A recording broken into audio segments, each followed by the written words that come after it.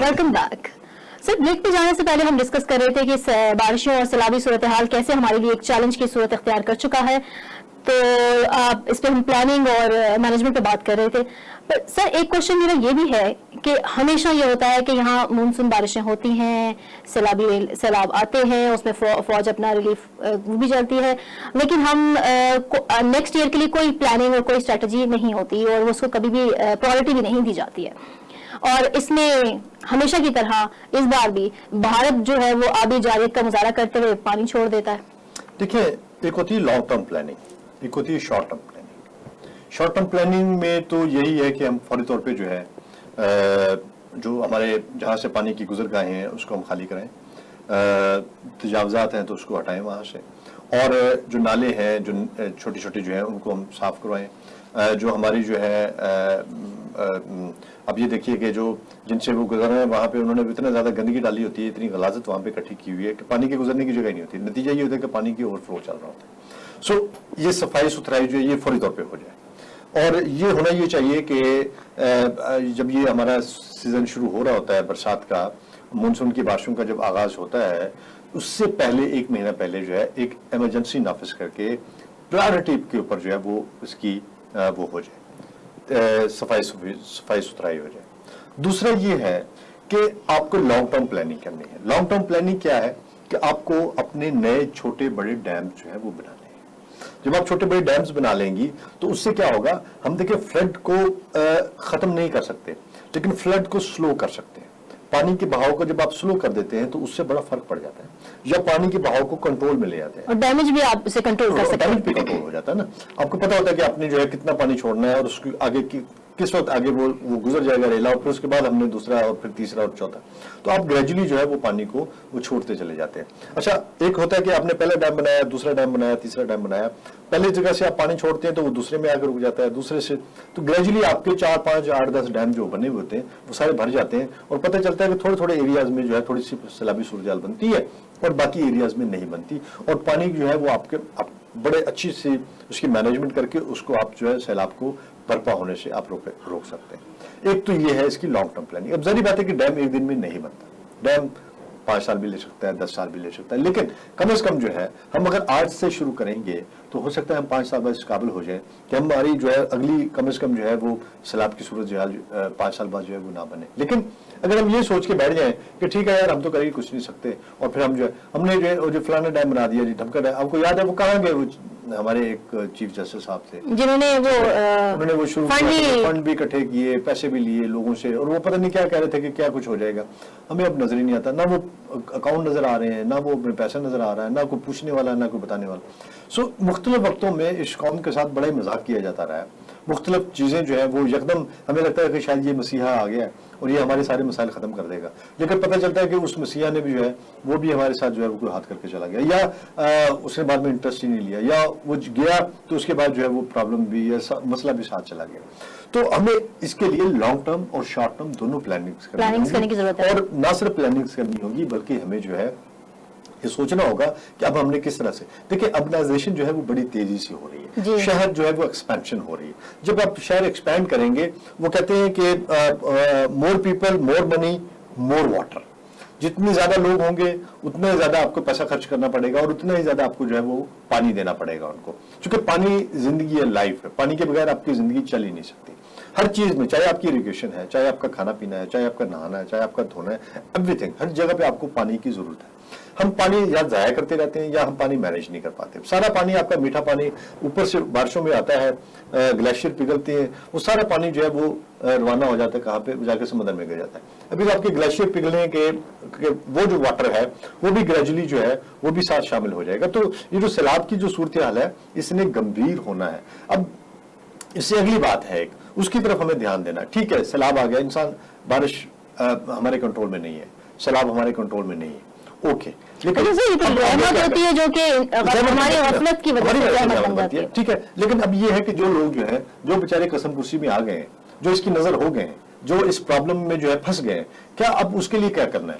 अब हमें अगली तरफ देखना है, और अगला उसकी तरफ ये है कि अब उनके लिए जो है उनको खाना भी चाहिए, उनको पीना भी चाहिए, उनको रिहाइश भी चाहिए, उनको जो है वो आपको अगेन उनके लिए भी पानी चाहिए। सर कराची में तो लोगों ने नकल मकानी शुरू कर दी है, अब वो महफूज मकामात की तरफ जा रहे हैं। महफूज मकान हर तरफ से पानी कहाँ जाएंगे, उसके ऊपर वज़ीर आला साहब कह रहे हैं कि जो मेजर्स हैं वो बड़े सेटिस्फैक्टरी हैं, हम कूप अप कर पा रहे हैं। देखिए वो प्राइम मिनिस्टर तक तो जो इतला पहुंची होगी, उन्होंने उसी इतला की रोशनी में जो है वो अपना ट्वीट किया या अपनी बात की है। असल बात यह है कि ऑन ग्राउंड रियलिटीज क्या है। ऑन ग्राउंड रियलिटी जो है वो बड़ी तल्ख है, हकायक बड़ी मुख्तलिफ, वो अवाम ने सोशल मीडिया पे डाल दिया, हर बंदा देख सकता है कि क्या सिचुएशन है। अच्छा, लेकिन इस सूरत हाल में एक और चीज भी जो थोड़ा सा हमें उसको देख रहे हैं कि फेक वीडियोज बहुत ज्यादा आ रही है। मैं देख रहा था कि कुछ वीडियोज है वो मुंबई की बनी हुई है या वो किसी और मुल्क की है, वो भी हमारा मीडिया जो है वो उसको चला रहा है और कह रहा है कि जी हमारे वो छलांग मार रहा है ऊपर से। ये हमारी वीडियोज नहीं है, फेक भी उसमें आ रही है। सर हम जानते हैं कराची की सूरत हाल इस वक्त बहुत नहीं, हम ये नहीं कह रहा हूँ कि कराची की सूरत हाल जो है वो टेंस नहीं है। कराची की सूरत हाल बहुत टेंस है। कराची क्या इस वक्त पूरे पाकिस्तान की सूरत हाल टेंस है, लेकिन इस सारी टेंशन के अंदर जो है फिर बहुत सारे लोग खेल भी रहे होते हैं, वो कुछ चीजों को ज्यादा गंभीर करके बता रहे होते हैं। सो ये भी गलत है, लेकिन कुछ लोग ऐसे भी हैं जो गंभीरता को बहुत आसान करके आगे समझा रहे होते हैं प्राइम मिनिस्टर को या उसको, और सर कुछ नहीं है, मामला ठीक जा रहे हैं, वो भी गलत है। सो हमें यह है कि असल सिचुएशन को सामने रखते हुए और उसका एनालिसिस करते हुए प्लानिंग करनी है। अब हमें इनके लिए जो है हो सकता है हमें जो है फौरी तौर पे उनके लिए खैमा बस्तियां बात करनी पड़े, उनके लिए जो है वो ऐसा बंदोबस्त, उनकी खुराक का बंदोबस्त करना पड़े। अब जहां पे सैलाब नहीं है, अब उन लोगों के ऊपर जो है वो जिम्मेदारी चली गई है कि वो बाहर निकले, वो उन लोगों की मदद करें। देखिए उनको वो छत तले सोएंगे, उनको रात को लेने के लिए लिहाज भी चाहिए, वो उनके खाने के लिए उनके पास कुछ नहीं है, उनके पास बर्तन भी नहीं है, राशन भी नहीं है, कुछ भी नहीं है, ठीक है, उनके पास स्टोरेज का भी कोई सिस्टम नहीं है। सो आपको उनको जो है वो खुश्क मेवे भी देने हैं, आपको उनको जो है चने भी देने हैं, आपको उनको जो है पानी भी देना है, आपको उनको जो है खुराक किसी न किसी सूरत में उन तक पहुंचानी है, वरना वो भूख से मर जाएंगे। और ये इससे भी बड़ा जो है एक जो है वो एक समझे कि एक नाकाबिल तलाफी जो है वो नुकसान हो सकता है हमारे लिए। सो हमें उस वक्त से दूर अपने आप को रखने के लिए और उस वक्त से अपने आप को बचाने के लिए हमें अगेन उनके लिए जो है एक ठोस जो है और मजबूत जो है वो प्लानिंग करनी होगी। और वो प्लानिंग तब हो सकती है जब रियासत और लोग ये एक वक्त की जरूरत भी है कि हर साल हम जो है वो पहले से ज्यादा नुकसान उठाते हैं, जानी, माली और ज़राई किस्म की हमें नुकसान होता है, लेकिन प्लानिंग नहीं होती है। आई होप सो कि प्लानिंग हो और हम नुकसान को कम कर सकें। हर साल सैलाब को अफोर्ड करना भी एक बड़ी चैलेंज है। सर आज की जो सियासी डेवलपमेंट ये हुई है कि हुकूमत को जो है वो अपोजिशन का रोल के लिए अपोजिशन का रोल जो है लग रहा है कि सिर्फ मौलाना फजल रहमान साहब ही प्ले कर रहे हैं। उन्होंने आज अपनी रिहाइशगाह पर जो है वो 10 छोटी जमातों का जो है वो इजलास बुला लिया है। तो इस नए बनते हुए अलायंस को आप कैसे देखते हैं और आपको लगता है कि इसमें इतनी सलाहियत है कि ये हुकूमत को कोई टफ टाइम दे सके? देखिए मेरे लिए बड़े काबिल एहतराम है मौलाना साहब, हम सबके लिए मैं उनकी बड़ी इज्जत करता हूँ, लेकिन मुझे जो है नवाबजादा नसरुल्लाह बनने की कोशिश कर रहे हैं। नवाबजादा साहब भी यही काम किया करते थे, G8 में रहते थे यहाँ, तो अपने घर पे छोटी छोटी पार्टियों को बुला लिया करते थे और फिर उनमें बैठ के जो है वो पूरा इनकलाब जो है वो बर्पा करते थे। मौलाना भी कुछ इसी तरह का खेल खेलने की कोशिश कर रहे हैं। मैं नहीं समझता कि ये छोटी पार्टियों के साथ जो है वो कोई बड़ी तब्दीली लेके आ सकेंगे, इसलिए कि अब देखिए कि इस वक्त मुल्क के अंदर जो है वो सैलाबी सूरत हाल बनी हुई है, बारिशें हो रही हैं, लोग बेघर हो गए, लोगों को खाने को नहीं मिल रहा, लोग जो है वो नकल मकाने करने पे मजबूर है, लोगों के मवेशी जो है वो बह जा रहे हैं, लोग जो है उनकी गाड़ियां बह गई हैं, उनकी जो है मतलब कि हर चीज जो है इस वक्त लोग उनकी छतें टपकनी शुरू हो गई। बड़ा मसाइल है इस वक्त। ऐसे मसाइल में अगर मौलाना ये चाहें कि वो सियासत करेंगे तो थोड़ा सा उनको सोचना चाहिए कि अगर ऐसी सूरत हाल में वो इस किस्म की बात करते हैं तो लोग जो है वो उनको कोई अच्छा नहीं कहेंगे। सो मेरा नहीं ख्याल कि ये कोई मुनासिब वक्त है इस किस्म की। तो इस अलायंस में सबसे बड़ा क्वेश्चन तो ये है कि बड़ी पार्टीज क्यों नहीं है? अगर APC होने जा रही है मुहर्रम के बाद जैसा कि खबरें हैं, और तो इसमें बड़ी पार्टियों का रोल कहाँ है? मतलब पीपल्स पार्टी और नून लीग कहाँ खड़ी है? देखिए पीपल्स पार्टी और नून लीग जो है ये तो इस वक्त पीपल्स पार्टी को तो अपनी पड़ी हुई है। नून लीग भी जो है वो भी इस सूरत हाल में वो मेरा नहीं ख्याल कि वो खुल के सामने आएंगे या वो APC के अंदर जो है या APC की हमायत करेंगे। उसकी वजह ये कि वो बड़े वाइज लोग हैं, वो बड़े उनकी सोसाइटी और माशरे की नब्ज़ पे उनका हाथ होता है, वो समझते हैं चीज़ों को, मसाइल को भी समझते हैं, उनको बड़ा अच्छी तरह इदराक है चीज़ों का। सो मैं नहीं समझता कि शायद जो है वो इस किसी खेल का हिस्सा बने राइट नाउ इस वक्त। मुमकिन है अक्टूबर तक जब हालात बेहतर हो जाए तो वो फिर जो है वो कहेंगे हाँ जी ठीक है जी अब हम किसी खेल के अंदर जो है पसे पर्दा रहते हुए, जैसे पहले आपको याद है पसे पर्दा रहते हुए उन्होंने कहा था कि हम आपकी हिमायत करेंगे मौलाना, बट ये कि अगर आप ये कहें कि हम आपके साथ आएंगे या इस लेवल तक, जिस लेवल तक आप जाना चाह रहे हैं, हम उस लेवल तक नहीं जाएंगे। अभी भी मैं यही सोच रहा हूँ और समझ रहा हूँ और मेरा एनालिसिस भी यही है कि ये किसी भी बड़ी, अगर मौलाना जो चाह रहे हैं, मतलब मौलाना की ख्वाहिश है कि ये रिजाइन दे दें, मौलाना चाहते हैं कि ये जो है ये असम्बलियों से मुस्ताफी होकर आ जाए ताकि क्राइसिस पड़ जाए। जब एक क्राइसिस बढ़ेगा तो अल्टीमेटली जो है नए इलेक्शन में जो है वो हुकूमत चली जाएगी। जब नए इलेक्शन होते हैं तो उसमें मौलाना जो है उनको लगता है कि शायद जो है वो अगले इलेक्शन में कोई अपना पॉलिटिकल शेयर जो है वो उठा सके। लेकिन ये बड़ी जहादीदा पार्टियां हैं, नून लीग भी और पीपल्स पार्टी भी, ये कभी भी जो है इस सूरत हाल में कि जब उनके अपने सूबे जो है वो डूबे हुए हैं, उनके अपने लोग जो है वो इस किस्म की हालात का सामना कर रहे हैं और वो कहना शुरू कर दें कि अब आप बाहर निकलें और सड़कों पे आएं और हम एजिटेशन करते हैं या हम जो है वो एपीसी बुलाते हैं। और एपीसी में देखें, एपीसी होगी तो एपीसी में फैसले किए जाएंगे जी। फैसले क्या हो सकते हैं? एक फैसला ये हो सकता है कि अब हम एजुटेशन करेंगे, दूसरा फैसला ये हो सकता है कि हम जो है असेंबलियों से रिजाइन करेंगे, तीसरा फैसला ये हो सकता है कि जी हम गवर्नमेंट को टफ टाइम देंगे, चौथा फैसला ये हो सकता है कि जी हम जो है वो शायद सिविल नाफरमानी, जो कि बहुत वो आपको याद होगा खान साहब ने भी किया था इसी तरह का एक फैसला कि उन्होंने भी जो है वो कहा था कि बिल ना दे और ये ना करें और वो करने दें। तो इस तरह के आप एक एक्सट्रीम मेजर्स ले सकते हैं, लेकिन क्या आप समझती हैं कि पीपल्स पार्टी जो है वो इस तरह के एक्सट्रीम मेजर्स लेगी, जबकि उसके अपने लीडरान पे जो है क्या ठाकुर साहिबा और क्या जो है जरदारी साहब और क्या बाकी लोग जो है जब वो केसेस चल रहे हैं, नैब उनकी जो है वो पीछे है, FIA में जो है उनके मामला जो है वो चल रहे हैं और कोर्ट्स और कचहरी जो है वो भुगत रहे हैं, तो क्या आप समझती हैं कि वो जो है वो APC में इतने सख्त फैसले ले सकेंगे? सवाल ही नहीं पैदा होता। दूसरी तरफ आप देखें नून लीग है, क्या नून लीग जो है वो इतने सख्त फैसले ले लेगी? कभी भी नहीं लेगी, इसलिए कि उनके भी इसी तरह के जो है सिमिलर मसाइल हैं जिस तरह के जो है वो इनके हैं पीपल्स पार्टी के। सो ये एक काम कर सकते हैं और वो ये है कि ये शोर मचाते रहेंगे और असेंबली में भी बैठे रहेंगे और शोर भी मचाते रहेंगे और ये कहते रहेंगे कि जनाब ये जो है गलत कर रहे हैं, ये ऐसे नहीं होना चाहिए, ये यूं होना चाहिए। और इसी तरह के कल देखें उन्होंने एक मैगजीन निकाला, उसमें उन्होंने वो व्हाइट एक पेपर टाइप जो है वो छाप दिया है, उसमें इन्होंने इनके बहुत सारे इनके ऊपर एलिगेशंस लगाए। ये इल्जामात की सियासत हमेशा से चलती है, ये आगे भी चलती है। इसके अलावा मुझे नहीं लगता कि कोई इस तरह का चीज वो करेंगे, कोई बड़ा ब्रेक थ्रू ले आएंगे कि शायद जो है वो लोगों को सड़कों में निकालने में कामयाब हो जाए या खुद निकल आए। मैं नहीं समझता, क्योंकि लोग भी जो है वो अभी खुद उलझे हुए, खुद फंसे हुए, एक तरफ जो है वो सैलाब है, दूसरी तरफ जो है वो कोरोना है, अब वो उसके अंदर पिस रहे हैं लोग जो है। आप देखें कि उसने शफकत जो हमारे जो है शफकत महमूद जो है उन्होंने कहा कि 7 सितंबर को जो है वो फैसला करेंगे कि 15 सितंबर को हमने स्कूल खोलने के नहीं खोलने, कॉलेजेस खोलने के नहीं खोलने। सो इस वक्त भी कोरोना जो है वो आपके सर पे मंडला रहा है। कोरोना ने जान नहीं छोड़ी अभी तक हमारी जो है, कोरोना ने छोड़ी नहीं है और हमें जो है वो सैलाबी सूरत हाल हमारे सर पे आन पड़ी है। तो ऐसी सूरत हाल में मुझे बताइए कि जब एक तरफ कोरोना है जो आप जो है 4 लोग इकट्ठे नहीं हो सकते, अगर स्टेट कह देती है, गवर्नमेंट कह देती है कि आपने जो है वो मास्क लाजमी पहनने हैं और आपने जो है ये प्रिकॉशनरी मेजर्स जो है ये आपने लेने ही लेने हैं, तो फिर अगर वो आप नहीं करते तो फिर जाहिर बात है कि हुकूमत रियासत जो है वो हरकत में आएगी और वो उसको इन्फोर्स करने की कोशिश करेगी। क्योंकि ऐसा भी नहीं है कि लोग जो है वो मरना शुरू हो रहे हैं कोरोना से, या कोरोना को जिसको हमने बड़ी मुश्किल से उस पर काबू पाया है और वो फिर जो है वो दोबारा जो है वो लोगों को जो है वो अपनी लपेट में लेना शुरू कर दे। सो मैं नहीं समझता कि ऐसी सूरत हाल में जब आप दोनों तरफ से फंसे हुए हैं और आप कहें कि नहीं जी हमने जो है मुल्क की सूरत हाल बेशक कोई इतनी वो नहीं, लेकिन हम बैनुल-अक़वामी सियासत और बैनुल-अक़वामी तब्दीलियां जो है वो बड़ी तेजी से रोनमा हो रही है। इस सिलसिले में जैसे कि आप देखेंगे कि नवंबर में यूएस में इलेक्शन होने जा रहे हैं। इसके अलावा अमेरिका के जो सेक्रेटरी स्टेट माइक पोम्पियो साहब हैं वो मिडिल ईस्ट ट्रिप में इस वक्त मौजूद हैं और वहां पे वो इसराइल के लिए जो है वो अरब ममालिक की जो है हिमायत हासिल करने के लिए एड़ी चोटी का जोर लगा रहे हैं। मतलब ऐसा लग रहा है कि जैसे अमेरिका जो है वो इसराइल से ज्यादा इंटरेस्टेड है इन मुआहिदों में। सऊदी अरब के बाद बहरीन ने भी उनको जो है वो चिट्टा जवाब दे दिया है, उनकी काविशों के ऊपर को खास रद्द-ए-अमल नहीं दिया।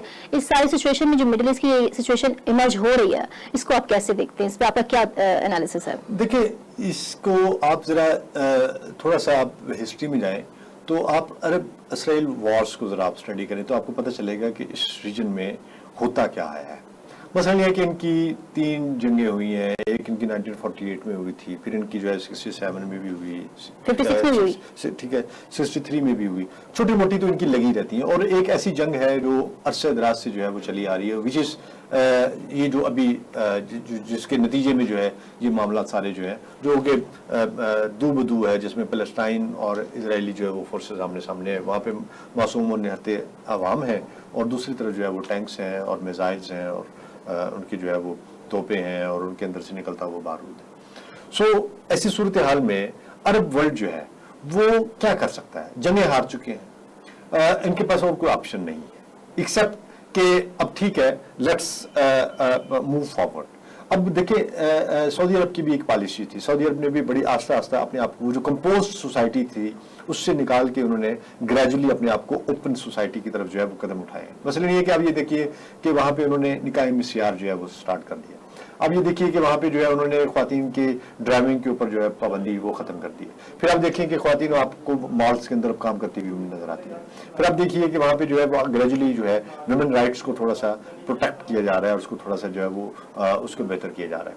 सो ये हम सोच भी नहीं सकते थे कुछ अर्सा पहले तक जो है कि क्या सऊदी अरब जो है वो इस तरफ जाएगा। अच्छा, ऐसा क्यों है? क्योंकि उनको पता चल रहा है, उनको लग रहा है कि इकोनॉमिक वायबिलिटी और इकोनॉमिक एम्पावरमेंट ही असल में जो है वो आपकी पॉलिटिकल एम्पावरमेंट का बायस बनती है, और उसी की वजह से जो है आप अपने आप को जो है वो ज्यादा अरसे तक जो है वो सर्वाइव कर सकते हैं। देखिए दुनिया के अंदर जो है सोवियत यूनियन की एक मिसाल है हमारे सामने कि सोवियत यूनियन जो है वो एक दुनिया की बहुत बड़ी पावर थी, लेकिन चूंकि इकोनॉमिक पावर नहीं थे और नतीजा ये हुआ कि वो टूट के जो है वो कई मुल्कों के अंदर जो है वो तकसीम हो गए। सर क्वेश्चन ये भी है मेरा कि जो कंट्रीज इसराइल की हिमायत की तरफ जाएंगी या कोई मुआहिदा इस तरह के तहबारे से यूएई ने तो पहल कर दी है, और जो बाकी ममालिक जाते हैं तो उनका इंटरेस्ट आपको क्या लगता है, वो इकोनॉमिकल इंटरेस्ट ज्यादा है? जी हाँ, अब देखिए इजराइल जो है, पहले आप ये समझिए इसको कि इजराइल के साथ अगर आप कॉन्फ्लिक्ट में रहते हैं तो आपको क्या फायदे हैं। मेरे नहीं ख्याल कि उनको जो है कॉन्फ्लिक्ट उन्होंने करके देख लिया है, सो उनको फायदा कोई नहीं है। बट एक और चीज है, वो है प्रेशर जो आपके ऊपर जो है, जो कि इंटरनल प्रेशर है। वो जो इंटरनल प्रेशर है वो इतना ज्यादा है कि वो मानेंगे नहीं इसको, लेकिन वो उसके खिलाफ भी नहीं जाएंगे, वो लड़ेंगे भी नहीं और मानेंगे भी नहीं। इसलिए कि अगर मानते हैं तो जो अवाम है, जो लोग हैं, वो जो रायमा है, जो पब्लिक ओपिनियन, वो उनके खिलाफ होती है और उसको फेस करना इनके बस की बात नहीं है। सो मानना भी नहीं है और इसको लंघन करेंगे इस चीज को, और ये भी नहीं करेंगे कि हम लड़ेंगे। लड़ना भी इन्होंने नहीं है, उसकी वजह ये कि लड़के इन्होंने देख लिया है, लड़ने के बाद उनको जो है वो नुकसान हुआ। अब उनका ये है, देखिए प्रेसिडेंट शी का जो ख्वाब है ना, जो उन्होंने देखा है और जिसको वो लेके चल रहे हैं कि one belt one road, one belt one road में उन्होंने क्या दिया? उन्होंने कहा कि बहुत कर ली लड़ाई, लेट्स प्रोग्रेस टुगेदर। अब हम मिलकर खुशहाली की तरफ जाते हैं, अब हम मिलकर तरक्की की तरफ जाते हैं, अब हम मिलकर आगे बढ़ते हैं। अब ये जो ख्वाब है ये दुनिया ने समझा है, पूरी दुनिया इसको समझ रही है। उसकी वजह यह है कि दुनिया में जो लड़ाने वाली कुव्वतें थी, वो जो कुव्वतें, जो फोर्सेज जो है, जिनका काम यह था कि मुल्क लड़ेंगे और उनकी फैक्ट्री चलेंगी और उनके मामला चलेंगे, वो आहिस्ता आहिस्ता जो है वो डाउन नीचे की तरफ जा रही हैं। जो स्मॉल गन्स और बिग गन्स का जो एक कॉन्सेप्ट मौजूद है मल्टीनेशनल का, और उस मल्टीनेशनल्स के अंदर जो बिग गन्स हैं जो असला बनाती थी, उनका कारोबार ही तब चलता था कि जब दुनिया के अंदर कॉन्फ्लिक्ट जो है वो बढ़े। वो कॉन्फ्लिक्ट रेजोल्यूशन की तरफ कभी भी नहीं लेके जाना चाहती थी दुनिया को, बल्कि वो उस कॉन्फ्लिक्ट को ज्यादा गंभीर करने के लिए, उसके लिए उन्होंने मीडिया पार्टनर्स भी ढूंढ रखे थे। उसके लिए उन्होंने जो है वो बड़े बड़े जो है वो मुल्कों के अंदर बड़े बड़े ग्रुप्स भी बना लिए थे, और उन ग्रुप्स को जो है वो असला बेचते थे और मुल्कों को भी असला बेचते थे। सो अब ग्रेजुअली जो है वो ये चेंज आ चुकी है। चाइना जो है वो दुनिया में अमन और पीस के हवाले से जो है वो बहुत तेजी से उसकी बात जो है वो सुनी जा रही, मानी जा रही। उसने देखें कि हांगकांग का मसला जो है बगैर किसी लड़ाई के उसने सॉर्ट आउट किया था। उसने आप देखें कि ताइवान के साथ जो अपने मामला जो है वो बातचीत के जरिए हल किए। वो चाहता तो इंडिया की ईंट से ईंट भिजा देता, लेकिन उसने थोड़ी सी महदूद सी थोड़ा सा उनको वो करा के फिर वो वापस हो गया। उसने कहा कि लेट्स, यही तो रीजन है उनकी तरक्की का, उनकी इकोनॉमिक सिक्योरिटी का। फिर हमारे साथ सिंकियांग के ऊपर थोड़ी सी वो हुआ था, ठीक है, हमारे साथ भी बैठ के उन्होंने बात की। सो उन्होंने कभी भी जो है वो लड़ाई वो नहीं करना चाहते। वो कहते हम लड़ेंगे नहीं, बल्कि हम जो है बैठ के बात करेंगे और बैठ के बात करके सोल्यूशन निकालेंगे। सो यही वो चीज है जिसको इन्होंने भी जो है वो अडॉप्ट किया है मिडिल ईस्ट के अंदर भी जो है। वो कहते हैं कि लेट्स टॉक। अब ये जो मुआहिदा हुआ है ये बड़ी अच्छी बात है, इसको दुनिया ने अच्छा कहा है, बट इसके अंदर जो एक चीज है मसलन ये कि जो विन विन पोजीशन पे अगर हम कहें यूएई को, जिसको हम कम से कम बाकी सारी चीजों को छोड़ के एक चीज को हम बेहतर कह सकते हैं कि इन्होंने कम से कम इजराइल को फिलहाल रोक दिया है कि आप अपनी एक्सपेंशन नहीं करेंगे।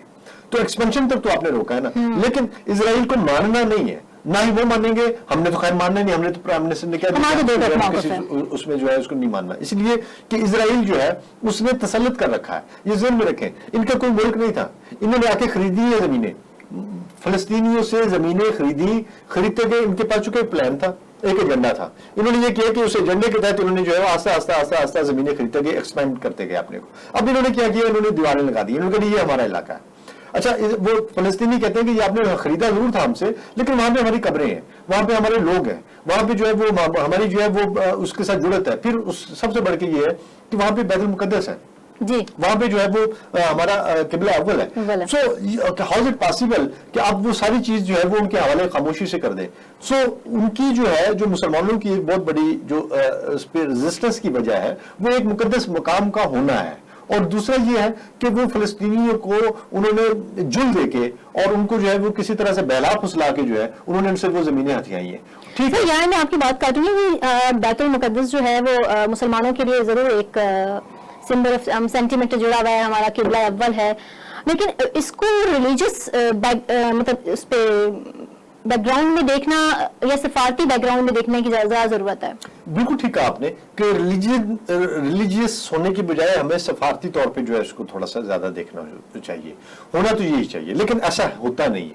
उसकी वजह यह देखिए, आपकी बात को मैं ऐसे वो करूंगा कि दुनिया में अगर सिर्फ और सिर्फ जो है आप अपने सेंटिमेंट, अपने इमोशंस को आप साइड पे रख के और आप जो है सिर्फ और सिर्फ जो है आप सफारतकारी को या डिप्लोमेसी को या इंटरनेशनल रिलेशंस को आप लेकर चलते हैं, तो फिर दुनिया में होली वॉर्स का कॉन्सेप्ट नहीं होना चाहिए। दुनिया में मतलब तो अगर हम वहां चले जाएं तो फिर बंद गली है, सलीबी जंगें जो हुई वो सारी की सारी जो है वो लड़ी ही मजहब की बुनियाद पे गई। दुनिया में जंग, जो आप जरा जंगों की हिस्ट्री में जाए, जंग जो है वो या औरत की वजह से लड़ी गई, या मजहब की वजह से, आप थॉट्स के ऊपर जो है वो लड़ी गई, या जो है वो अपनी एक्सपेंशन के लिए लड़ी गई है। सो अब ये देखिए कि यहाँ पे अगर ईस्ट इंडिया कंपनी आई थी तो उसने एक्सपेंशन चाहिए और वो एक्सपैंड करते गए, रेजिस्टेंस आती थी वो उसको कुचल देते थे, रेजिस्टेंस आती थी कुचल देते थे, अल्टीमेटली वो एक्सपैंड कर गए, ये सारा एरिया जो है वो उनके कब्जे में चला गया। बट आस्ता आस्ता ये पावर्स उठी, इन्होंने उनको मारा और फिर एक कश्मकश यहाँ पे जो है वो खड़ी हुई, एक बड़ा कॉन्फ्लिक्ट जो है वो खड़ा हुआ और इनकी महदूद पैमाने पे लड़ाइयां हुई। अल्टीमेटली जो है उनको अपना स्टेप बैक करना पड़ा, साथ में पॉलिटिकल एम्पावरमेंट आती गई, साथ में जो है वो रेजिस्टेंस मौजूद थी। मतलब कि यहीं से जो है आप देखिए राय अमनवाज खरल यहीं से थे, आप देखिए झांसी की रानी यहीं से थी, फिर आप ये देखिए कि जो है सरदार चाकर रिंज जो है वो यहीं से थे, आप ये देखिए कि जो भगत सिंह वो यहीं पे था।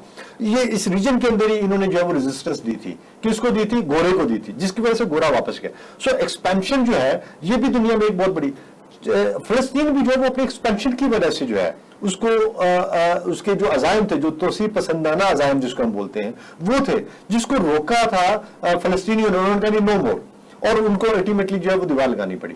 बट अब ये है कि यूएई ने जो है उनको उनके साथ एक मुआहदा और ट्रीटी के तहत जो है उनको एक जगह पर रोक दिया।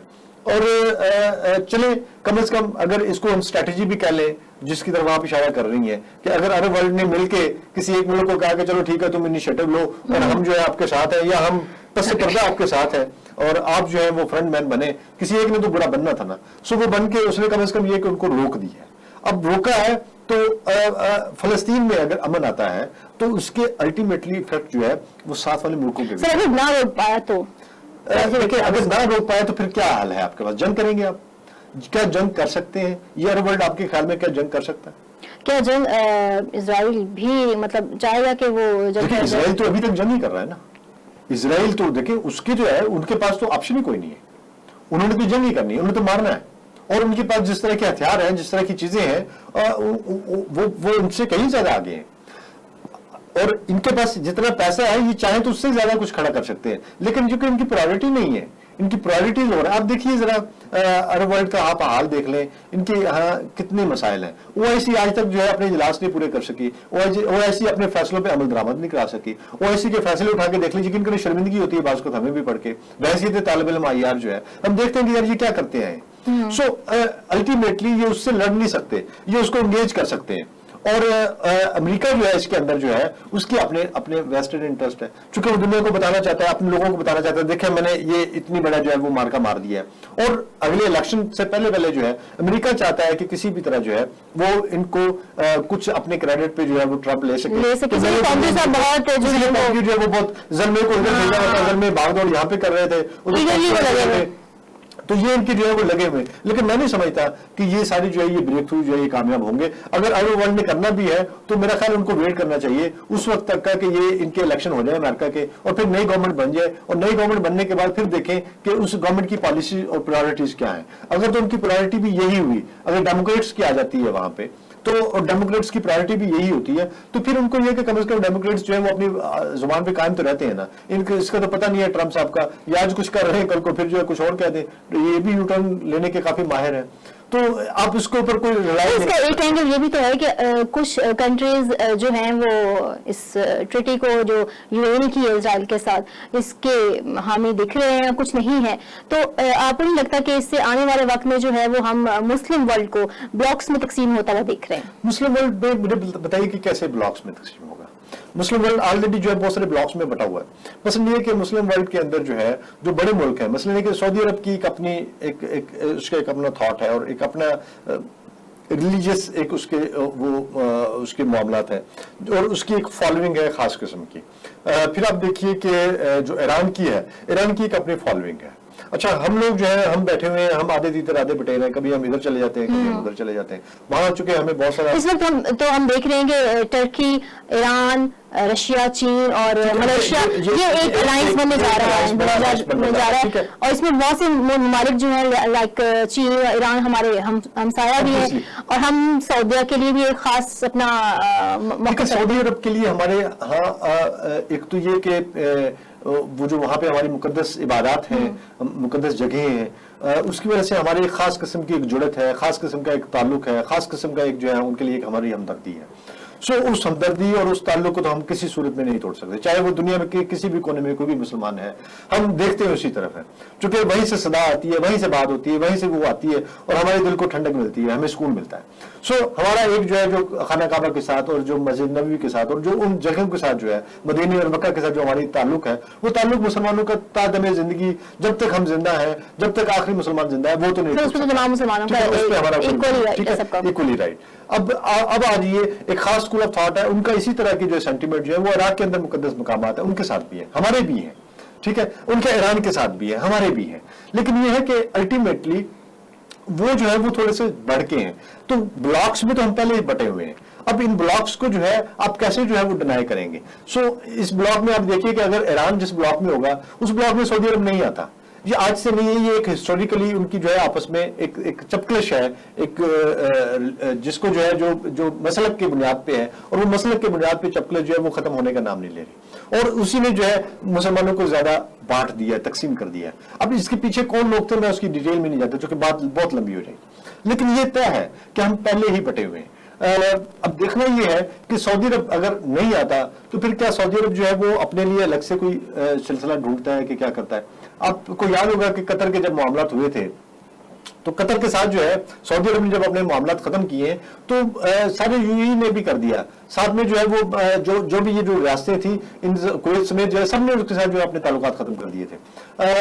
आ जाके और खड़ा कौन हुआ था? सिर्फ ईरान और टर्की, इन्होंने कहा था कि हम आपके साथ हैं। तो अब इस ऐसी सूरत हाल में अभी ईरान के ऊपर जब सैंक्शंस की बात आई तो कतर ने आवाज उठाई थी, ठीक है, कतर ने कहा था कि मैं आपके साथ जो है वो ताल्लुकात खत्म नहीं करूंगा। इसी तरह टर्की ने भी जो है उसके साथ जो है वो उस तरह से ताल्लुकात खत्म नहीं किए। आपने जिस चीज की तरफ इशारा किया, चीन जो है सैंक्शंस के बावजूद जाके चीन ने इतना बड़ा उसके साथ जो है वो ट्रीटी साइन किया है और उसके साथ जो है वो अपने इकोनॉमिक टाइज जो है उसको स्ट्रेंथन किया है। सो ये बात बिल्कुल दुरुस्त है कि दुनिया जो है वो ब्लॉक्स में हो सकता है कि तकसीम हो जाए, मुस्लिम उम्मा और मुस्लिम वर्ल्ड भी जो है वो मुख्तलिफ ब्लॉक्स में तकसीम हो जाए, लेकिन वो जो मुस्लिम ब्लॉक्स हैं वो हमारे जो मसलक की बुनियाद पे कायम हो चुके हैं, ये और बढ़ाएंगे, ये और हमें तकसीम दर के उसमें ले जाएंगे। बट होना तो ये चाहिए जो आइडियल सिचुएशन है और जो मैं समझता हूँ और जो हम सब मानते हैं जिसको, कि इन सबको एक हो जाना चाहिए, इन सबको जो है वो वापस जो है अपनी उसकी तरफ जाना चाहिए, हमारी जो बुनियाद है उसकी तरफ जाना चाहिए, अपनी बेस की तरफ जाना चाहिए। और बैठ के जो है कोई मामला जो है वो करने चाहिए। मतलब आपको ये लगता है कि ये जो ख्वाब है कि मुस्लिम उम्मा जो है वो एक प्लेटफॉर्म पे होना चाहिए ताकि वो अपने इंटरेस्ट का तहफ़्फ़ुज़ कर सके और अपने तहफ़्फ़ुज़ कर सके। लेकिन देखिए ये मुश्किल लगता है, मुझे बहुत मुश्किल लगता है, इसलिए कि हम हमारे जो है अब पाकिस्तान आप देखिए हमारे यहाँ आप जरा सिंध से शुरू हो जाए और आप केपी तक जाए, जुबान तक मुख्तलिफ है, हमारा लिबास मुख्तलिफ है, हमारी जो है वो हमारी सकाफत मुख्तलिफ है, हम मुख्तलिफ उसमें बटे हुए हैं। सो हम अगर इकट्ठे होते हैं तो सिर्फ पाकिस्तानियत पे आके इकट्ठे हो जाते हैं, या हमारे अगर उर्दू बांधती है किसी लेवल पे जो है वो बांध लेती है, या हमारे हम इस्लाम के उसमें आप जरा देखिए ना, आप सऊदी अरब की बिल्कुल डिफरेंट सकाफत है, डिफरेंट उसकी जो है वो है, आप ईरान की देखें तो बिल्कुल डिफरेंट है, कुवैत को देखें तो बिल्कुल चेंज है, इराक में चले जाए तो और है, लीबिया में चले जाए तो और है, इजिप्ट में चले जाए तो बिल्कुल डिफरेंट है। सो हम ऑलरेडी जो है रंग नस्ल और उसके अंदर जो है वो फंसे हुए हैं, हमारी जुबानें मुख्तलिफ है, हमारी अरबी अगर एक्सप्रेशन है तो अरबी के अंदर भी डिफरेंट एक्सप्रेशन है, ट्यूनिस की अरबी और है, मुझे इत्तेफाक हुआ है ट्यूनिस जाने का, वहां पे जो एक्सप्रेशन है उनका अरबी बोलने का वो ऑलटुगेदर डिफरेंट है, क्योंकि वो फ्रेंच कॉलोनी रही है। तो फ्रांस जहां जो फ्रेंच कॉलोनीज थी वहां पे आज भी जो है उनकी सेकंड लैंग्वेज फ्रेंच है, फ्रेंच और अरबी ने मिलकर एक डिफरेंट जो है वो उनका जो है वो डायलेक्ट जो है वहां पे जो है वो निकाल रखा है। सो आपको ये देखने की जरूरत है कि कौन सी चीज है जो हमें बांधती है, हमें अगर कोई चीज बांधती है तो वो इस्लाम बांधता है, इस्लाम ठीक है, एक मजहब बांधता है, एक नबी बांधता है, एक अल्लाह बांधता है, ठीक है, हमारे नबी है। सो हम इस चीज के ऊपर इकट्ठे हो सकते हैं। सो हमें ये है कि बड़ी बड़ी चीजें, छोटी चीजें निकाल के बड़ी चीजों को सामने रखना चाहिए और उसके ऊपर हमें इकट्ठे हो जाना चाहिए। लेट्स यार हमारी स्ट्रेंथ जो है वो हमारे मुत्तहिद होने में ही पोशीदा है। इसके साथ ही प्रोग्राम का वक्त खत्म हुआ। नाजरीन मुझे इजाजत दीजिए, अल्लाह हाफिज।